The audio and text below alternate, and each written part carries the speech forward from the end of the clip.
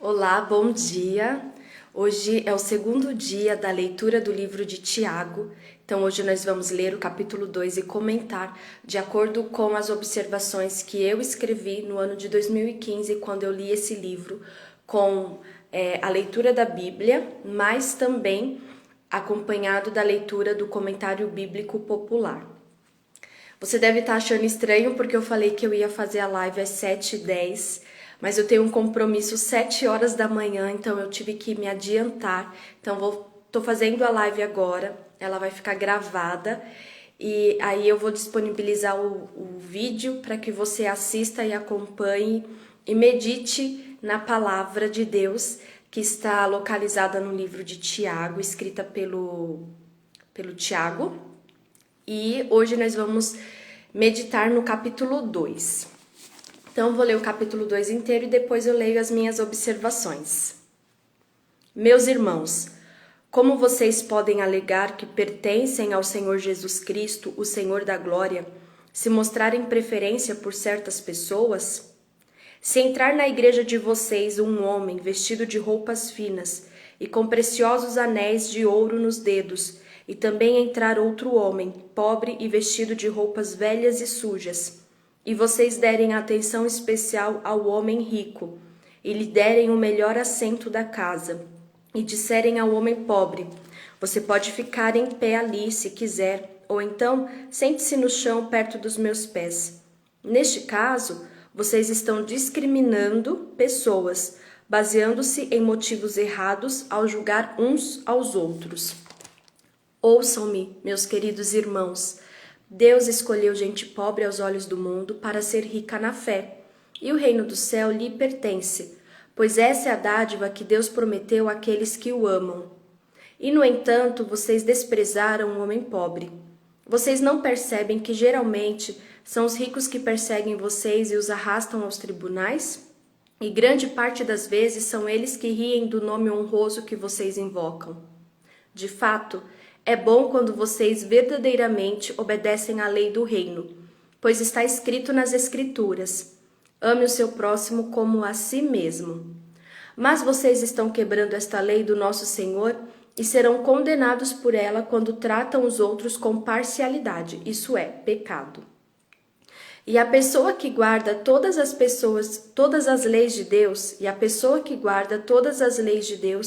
mas comete só um pequeno deslize, é culpada, como se tivesse quebrado todas as leis. Porque o mesmo Deus que disse, não adulterarás, também disse, não matarás. Portanto, mesmo que não tenha quebrado as leis do casamento por cometer adultério, se você já matou alguém, então já quebrou a lei de Deus e é culpado diante dele. Vocês serão julgados pela lei da liberdade em relação ao que vocês falam e como agem. Pois não haverá misericórdia para com aqueles que não tenham mostrado misericórdia. Mas, se vocês tiverem sido misericordiosos, a misericórdia de Deus triunfará sobre o juízo. Queridos irmãos, que proveito há se alguém disser que tem fé, se não tiver obras? Acaso esse tipo de fé pode salvá-lo? Se vocês tiverem um irmão ou irmã que está necessitado de alimento e vestuário, e vocês disserem, bem, que Deus o abençoe, aqueça-se e coma bem, e depois não lhe derem roupas ou alimentos, de que adianta isso? Portanto, vocês veem que não é suficiente apenas ter fé. É também preciso que façam o bem para provarem que a têm. A fé que não se manifesta por meio de boas obras é morta. Mas alguém poderá argumentar: você acha que o caminho para Deus é pela fé, sem nada mais, e eu tenho as obras. Ora, eu digo que essa pessoa mostre sua fé sem as obras, e eu, pelas obras, mostrarei minha fé. Vocês creem que existe um único Deus? Ora, lembrem-se que os demônios também creem nisso e tremem de terror. Ó homem insensato! Quando finalmente você compreenderá que a fé sem obras é inútil? Vocês não se recordam de que até mesmo o pai Abraão foi declarado justo por causa das suas obras, quando estava pronto para obedecer a Deus, mesmo que isso significasse oferecer seu filho Isaque para morrer no altar? Como vocês veem, a sua fé e as suas obras agiram juntas. A sua fé foi aperfeiçoada pelas suas obras. E assim aconteceu tal como as Escrituras dizem. Abraão creu em Deus e o Senhor o declarou justo. E ele foi até chamado amigo de Deus. Vejam, portanto, que uma pessoa é salva pelo que ela faz e não somente pela fé. Raabe, a prostituta, é outro exemplo disso. Ela foi justificada por causa do que ela fez quando escondeu os espias e os mandou embora em segurança por uma estrada diferente. Tal como o corpo está morto quando não há espírito nele, assim também a fé está morta se não for acompanhada de boas obras. Para quem entrou aí, acenou, olá! Muito bom ver vocês aqui. Agora eu vou fazer os comentários, vou ler os comentários que eu escrevi no ano de 2015, lá no mês de outubro. Então, o primeiro versículo que eu comentei é que como é que a gente pode alegar pertencer ao Senhor Jesus Cristo, Senhor da glória, se mostramos preferência por certas pessoas? Oi, Cu, eu me lembro de você. Bom dia. Então, olha só. Qualquer prática de tratamento diferenciado é condenável, pois não condiz com os ensinamentos cristãos. Então, a gente tem claro na Bíblia que Jesus não faz acepção de pessoas. Jesus olha para todos nós por igualdade. Próximo comentário que eu fiz está no versículo 8, que diz o seguinte: de fato, é bom quando vocês verdadeiramente obedecem à lei do reino, pois está escrito nas Escrituras: ame o seu próximo como a si mesmo. E aí, eu escrevi que essa é uma lei régia. Lei régia significa que é uma lei que foi dada pelo rei. Lei régia é a lei suprema, né? Agora eu vou comentar o versículo 9. Mas vocês estão quebrando esta lei do nosso Senhor e serão condenados por ela quando tratam os outros com parcialidade. Isso é pecado. Aqui, Tiago, né, no contexto que eu li, ele fala muito sobre a relação entre ricos e pobres. A gente sempre, quando lê qualquer texto, a gente precisa considerar todo o contexto, o que estava acontecendo naquela época, quando ele foi escrito. Então, existia muito uma desigualdade, porque havia um tratamento muito diferenciado, assim, gigantesco, e uma vanglória das pessoas que tinham uma condição muito melhor de vida, e menosprezavam os outros. Então, por isso, Tiago, ele é tão rígido nesse assunto, porque ele fala que quando a gente trata com parcialidade, a gente está pecando, isso é fato. Se eu olho para uma pessoa e trato ela melhor só pelo que ela aparenta ter, eu estou pecando, porque eu preciso amar a todos. Jesus não fala para amar apenas alguns. E uma coisa que é bem interessante é que é muito fácil a gente amar quem ama a gente. O difícil é a gente mostrar amor e expressar, né, amor por quem por quem não ama a gente, por quem a gente não tem tanta vontade assim de amar. Então, o que eu comentei no versículo 9 é que tratar os outros como gostaríamos de ser tratado é o mandamento do amor ao próximo. E não praticar isso é pecado. Eu também comentei o versículo 10. E a pessoa que guarda todas as leis de Deus, mas comete só um pequeno deslize, é culpada como se tivesse quebrado todas as leis. O que eu comentei é que a lei de Deus, ou os 10 mandamentos, é como uma corrente de 10 elos. Se quebrou um elo, se desfez a corrente. Isso é bem interessante. Oi, Marcelo, bom dia! Eu gosto assim sempre de trazer à minha cabeça a imagem do que eu estou falando. Então, pensa numa corrente, né? Ela tem vários anéis interligados. Se um desses anéis se rompe, a corrente ela não vai fazer mais, né, aquela volta, ela não vai mais existir como uma corrente, né, assim como algo que eu posso fechar. Então, assim também são as leis de Deus. Nós temos as leis para serem cumpridas, as leis de Deus, e se eu deixo de cumprir uma delas, eu já estou colocando em descrédito todas as outras. E agora o versículo 12. Vocês serão julgados pela lei da liberdade em relação ao que vocês falam e como agem. O que eu comentei seremos julgados pelas palavras e pelas ações. Por que eu comentei isso? Porque fala que nós seremos julgados, vocês serão julgados pela lei da liberdade em relação ao que vocês falam e como agem. Então, é muito interessante isso, é o que a gente fala e o que a gente faz. Portanto, nossos discursos devem ser coerentes com nossas atitudes. Este versículo deixa esclarecido a condenação do dito popular: faça o que falo, não faça o que faço. Então, quando a gente fala assim, fala o que eu tô falando, não o que eu tô fazendo, isso é algo que só prejudica e algo que eu falo pra mim, que eu sempre preciso tomar muito cuidado e me posicionar para que o meu discurso esteja sempre coerente com o meu comportamento. Não é algo fácil, é algo que exige de mim muita conexão com Deus, muitos pedidos de perdão e sempre um olhar atento e de reflexão para que eu esteja alinhada ao falar e também ao agir. Agora eu comentei o versículo 14. Queridos irmãos, que proveito há se alguém disser que tem fé se não tiver obras? Acaso esse tipo de fé pode salvá-lo? O que eu comentei foi 6 aspectos da justificação. Nós somos justificados pela graça, pela fé, pelo sangue, por Deus, pelo poder e pelas obras.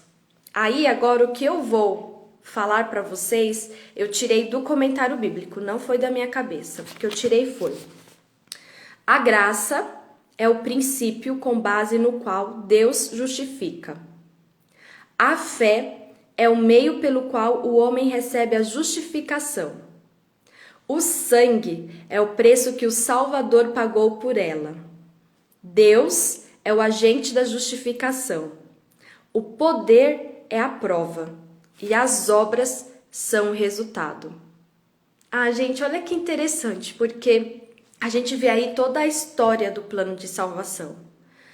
Pela graça nós somos salvos, mas a gente precisa ter fé para acreditar nessa graça. Que isso é um acontecimento que só é possível pelo sangue de Jesus derramado, porque Ele é o nosso Salvador. Sem Jesus na cruz não há salvação, não há graça. E a gente precisa ter fé, né? Então é a graça, a fé, o sangue de Jesus que nos limpa de todo o pecado. Então tudo que é mais difícil a gente fazer, tudo que é tão carnal pra gente, quando a gente pede o sangue de Jesus que nos limpe, que nos purifique, Ele vem e Ele transforma a história e faz tudo novo.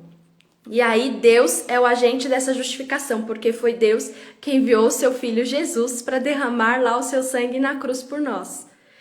E aí é o poder, é a prova, é o poder de Deus que faz tudo isso ser possível. E aí entra as obras. Se eu acredito na graça, se eu tenho fé, que o sangue de Jesus me salva, que Deus é o agente de tudo isso e é poder dele que faz tudo isso acontecer, gente, o resultado são as obras. As obras simplesmente são as consequências da causa, que é a minha fé. Então é impossível eu ter fé se eu não demonstrar pelas minhas atitudes, pelas minhas obras. Fé nominal é inútil, pois não passam de palavras.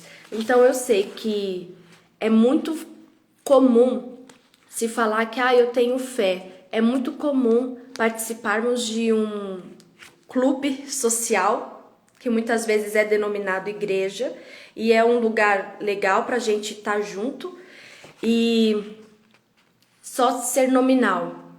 Só que quando a gente se confronta com a Bíblia, na verdade, quando a Bíblia confronta a gente, a palavra de Deus confronta a gente, nós somos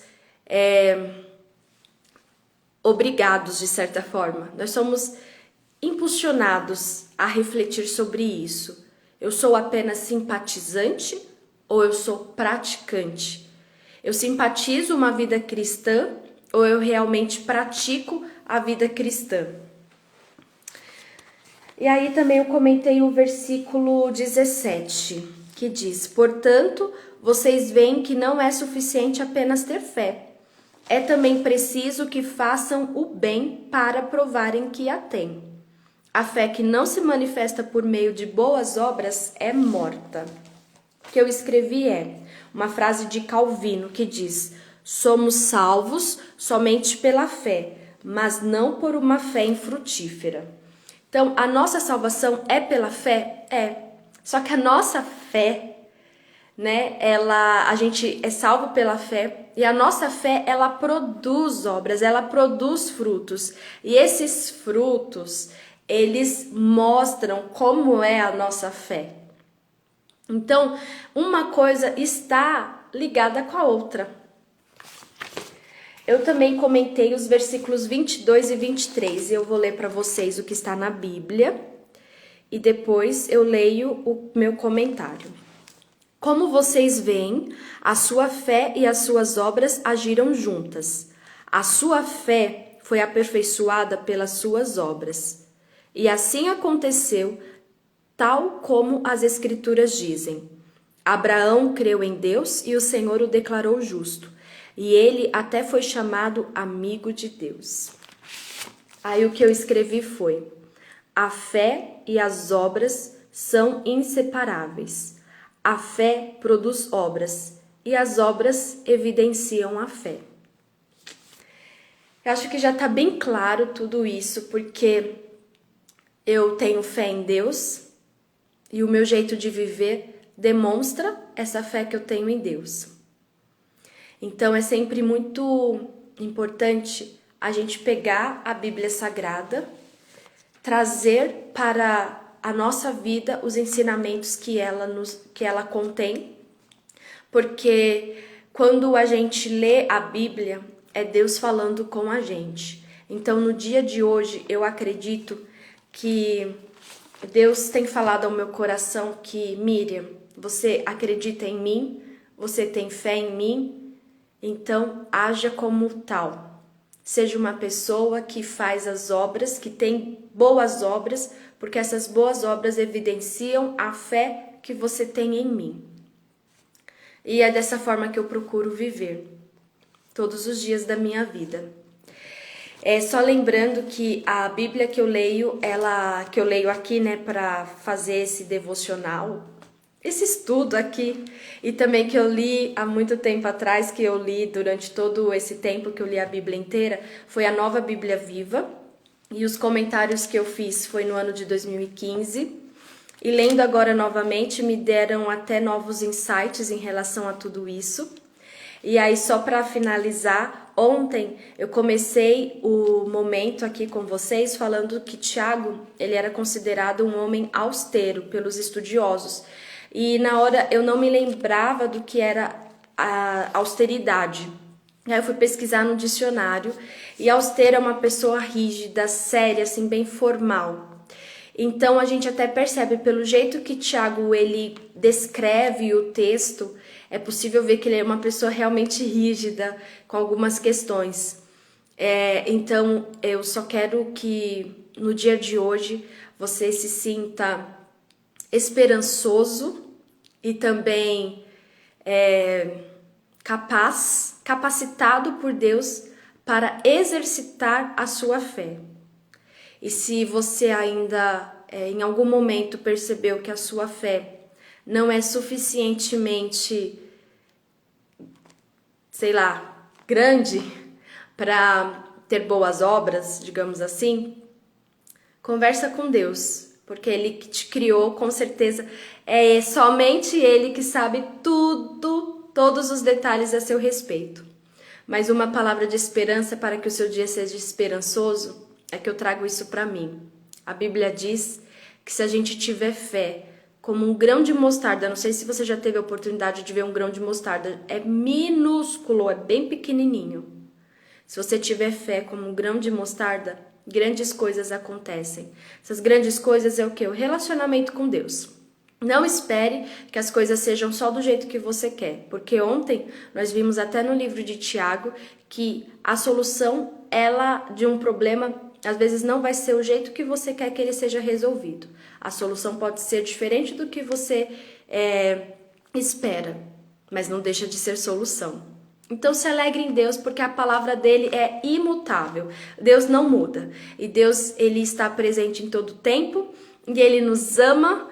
Então eu só desejo a você um dia abençoado, que Deus abençoe sua vida, que você reflita no 2º capítulo do livro de Tiago e que a sua fé em Deus seja evidenciada pelas suas obras, pelas suas boas obras. Que Deus te abençoe. Até amanhã, 7h10 da manhã. Tchau, tchau.